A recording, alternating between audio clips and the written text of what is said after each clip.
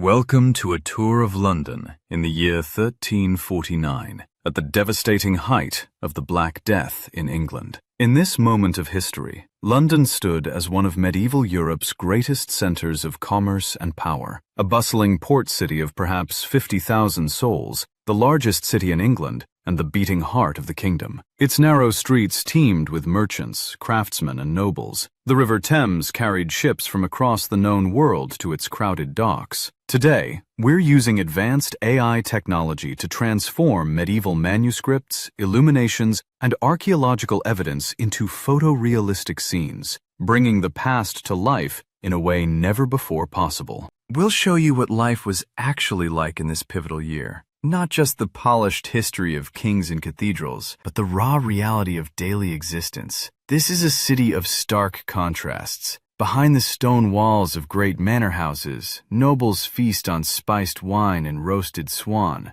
their homes adorned with tapestries from Flanders and silks from the East. Yet just beyond their gates, in wooden tenements leaning precariously over muddy lanes, common laborers and their families crowd into single rooms, sharing their spaces with livestock, struggling to survive on dark bread and thin pottage. But 1349 is unlike any other year. A catastrophe is unfolding, one that will transform everything. The pestilence that began ravaging London in autumn 1348 has reached its terrible zenith. Before our tour ends, we'll witness how the Great Mortality, as contemporaries called it, will reshape not just this city, but the entire social order of medieval England. The London Bridge. This is the London Bridge, the only crossing over the Thames, and one of the engineering marvels of the medieval world. Completed in 1209, this stone bridge stretches over 900 feet across the river, supported by 19 arches. But it's far more than just a bridge. It's a street suspended over water. Both sides are lined with timber-framed houses and shops,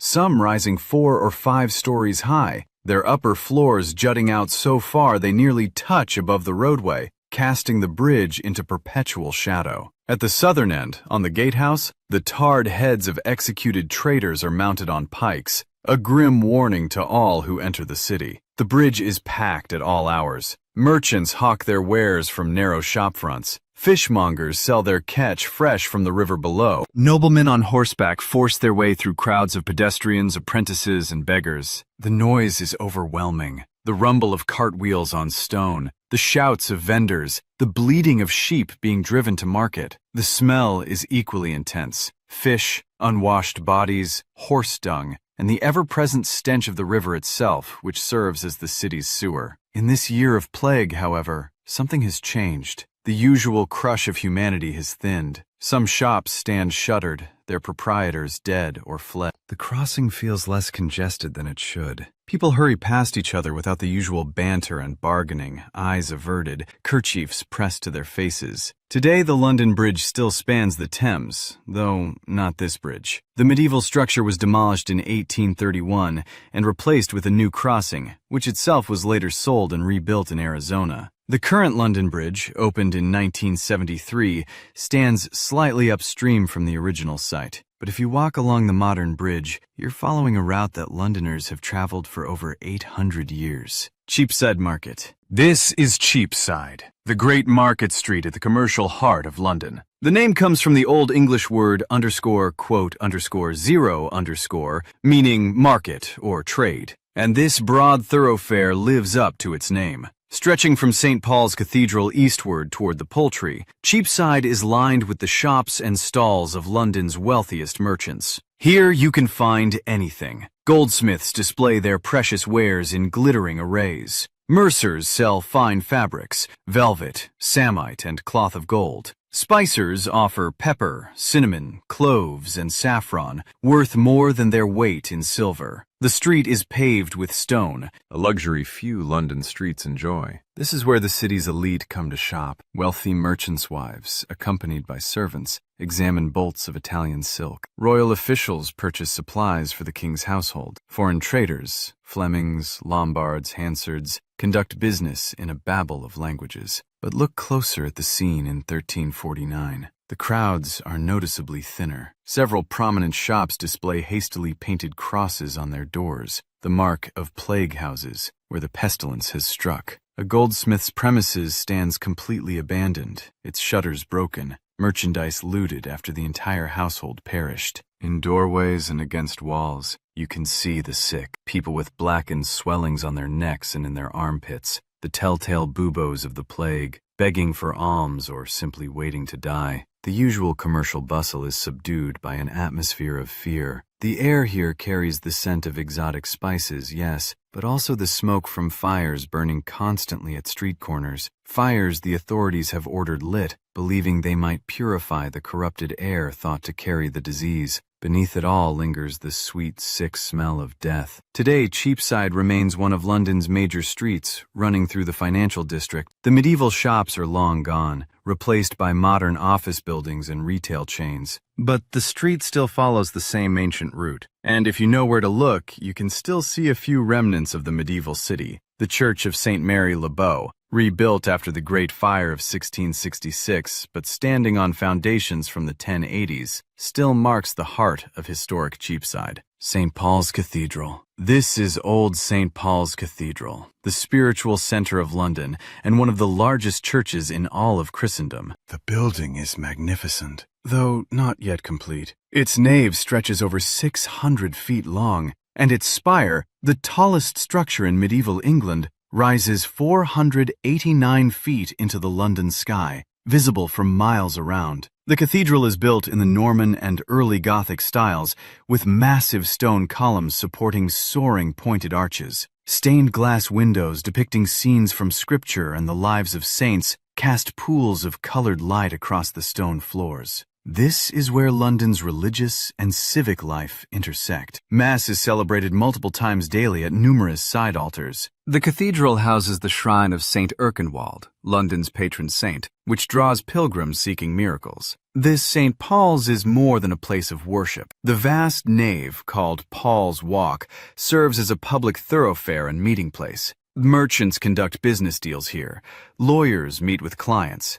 They wait to be hired. The inn noise during the day can rival that of the market until the cathedral bells ring and everyone pauses for prayer. In 1349, St. Paul's has become a place of desperate supplication. The pews and floor are crowded with Londoners praying for deliverance from the pestilence. Special masses are held, processions organized. Priests hear confession from dawn until dark. Many dying parishioners want to confess their sins before the end comes. The cathedral clergy themselves are not spared. Several canons and many of the minor clergy have already perished. The cathedral cemetery, St. Paul's Churchyard, has long since filled to capacity with plague victims, and new emergency burial grounds have been consecrated outside the city walls. The smell of incense is overwhelming, burned in massive quantities, both for religious ritual and in the hope it might ward off the pestilence. The sound is one of constant prayer, the murmur of Latin liturgy, the sobbing of the bereaved, the chanting of monks processing through the aisles. Today, nothing remains of this building.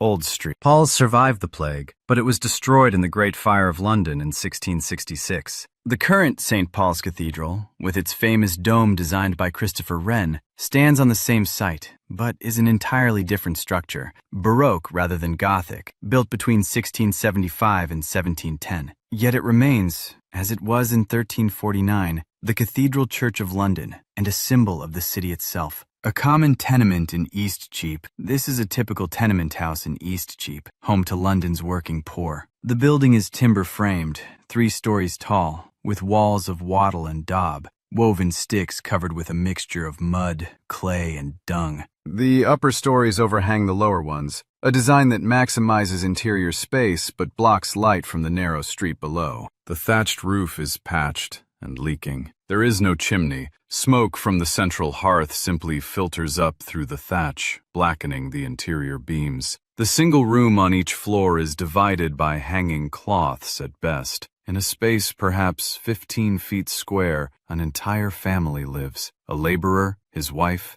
their 4 children, and his elderly mother. They share this room with 3 chickens and a pig kept for food. The floor is packed earth covered with rushes that are changed perhaps once a month, if that. There are no windows with glass, just wooden shutters that must be closed at night, leaving the room in darkness. Furniture consists of a rough wooden table, a few stools, and a straw mattress. Possessions are minimal, a few clay pots, wooden bowls, perhaps a single change of clothing per person. The husband works as a porter at the docks when work is available. His wife takes in laundry and men's clothes for wealthier neighbors. They survive on bread, dark, coarse bread made from barley or rye, supplemented by pottage, a thin soup of whatever vegetables they can afford, perhaps flavored with a scrap of bacon if they're fortunate. Meat is a rarity reserved for holy days. They drink ale because the water is unsafe. In 1349, this family's survival hangs by a thread. The father fell ill 3 days ago, developing a fever and swellings in his groin. He lies on the mattress, delirious, while his wife tries to care for him, though she knows it's probably hopeless. The children huddle in the corner, silent, frightened. The neighbors refuse to help, afraid of contagion. When he dies, likely within the next day or two, the family will have no income. The widow and her children will face starvation or forced begging unless she can quickly find work or remarry. The smell in this place is overwhelming to modern senses. Unwashed bodies, animal waste, rotting food scraps, illness. The sounds are the coughing of the sick man, the scratching of rats in the walls, the crying of hungry children. Today, no trace of this specific building remains. The entire neighborhood was rebuilt multiple times over the centuries. Eastcheap is now part of the financial district, home to modern office buildings. But the street name persists, and the experience of these medieval Londoners, their poverty, their vulnerability, their daily struggle, echoes through history in the lives of the working poor in every era. The Great Mortality reaches its peak. Now we come to the event that defines this moment in London's history, the catastrophic peak of the Black Death. The pestilence arrived in London in autumn 1348, brought by ships from the continent where it had already devastated port cities from Italy to France. At first, deaths were scattered, explained away as seasonal illness, but by winter, the disease was spreading through the crowded, unsanitary streets with terrifying speed. By spring 1349, London was in the grip of full-scale catastrophe. The preconditions for disaster had long been in place. London was overcrowded, its population having grown rapidly in the previous century. Housing was inadequate, the poor packed into rotting tenements, sometimes 10 or more to a room. Sanitation was primitive at best. Human waste, animal carcasses, and refuse filled the streets and flowed into the Thames, the same river from which many drew their drinking water. Malnutrition was widespread among the lower classes, leaving immune systems weakened. When Yersinia pestis, the bacterium that causes plague, though medieval Londoners knew nothing of bacteria, arrived in the city,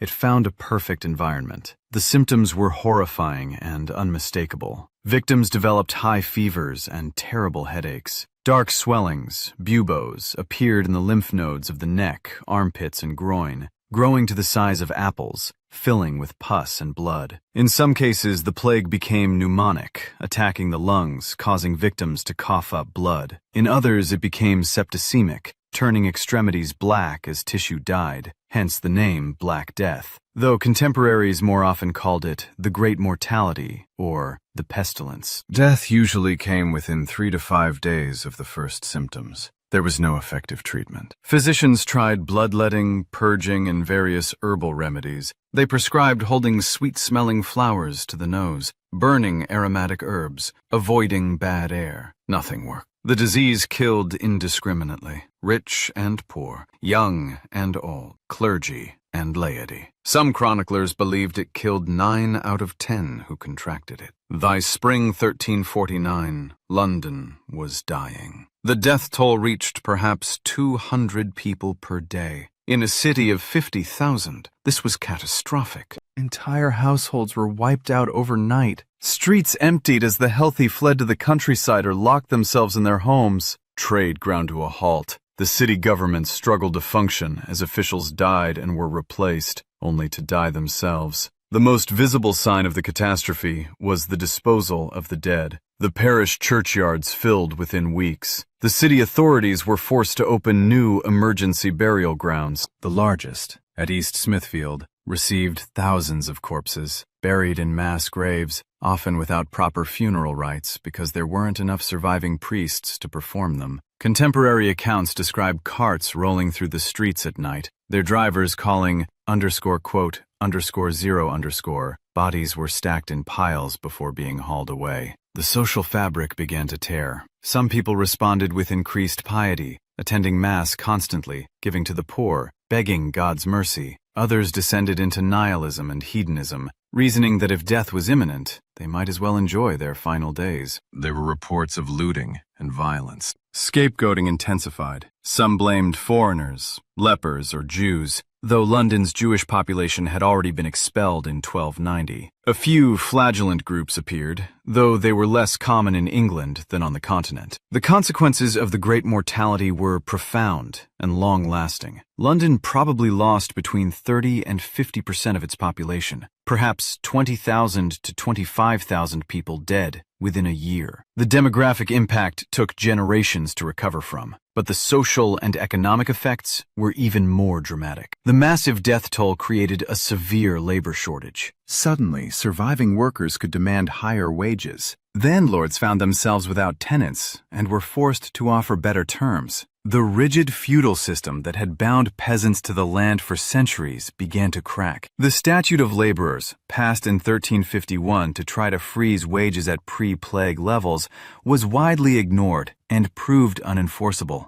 Real wages for workers rose dramatically over the following decades. The plague also accelerated the decline of serfdom and the rise of a money economy. It shifted power from the landed aristocracy toward merchants and craftsmen, informing opportunities for social mobility that would have been unthinkable in 1348. Then historians argue that the Black Death, paradoxically, helped lay the groundwork for the eventual end of medieval feudalism and the emergence of early modern capitalism. Today, the memory of the Great Mortality persists in London's landscape and culture. The emergency burial ground at East Smithfield is now the site of the Royal Mint. Archaeological excavations there in the 1980s uncovered mass graves containing hundreds of plague victims, confirming the medieval chronicles' accounts. The phrase _quote _0_ remains part of English cultural memory. And every pandemic since, from the Great Plague of 1665 to COVID-19,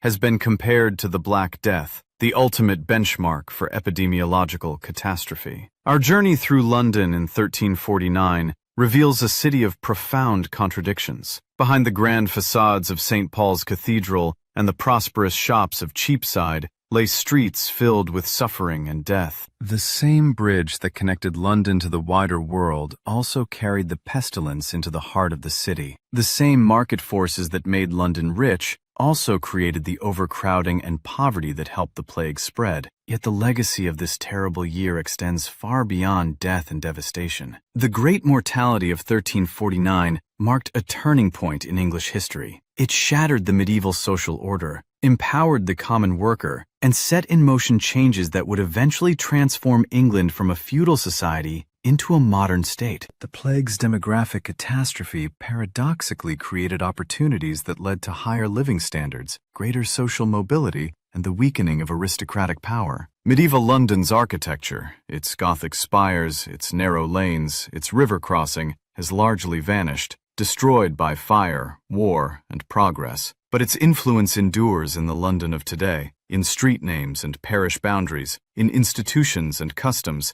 in the very layout of the city. And the lessons of 1349 about social inequality, public health, human resilience, and the forces that drive historical change remain powerfully relevant. If you enjoyed this journey into one of history's darkest moments, please comment below and let us know what city and what era you'd like to see next. Should we explore Rome at the height of the empire? Paris during the Revolution? Constantinople before the fall? Your suggestions guide our travels through time. Thanks for watching, and as always, we'll see you in the past.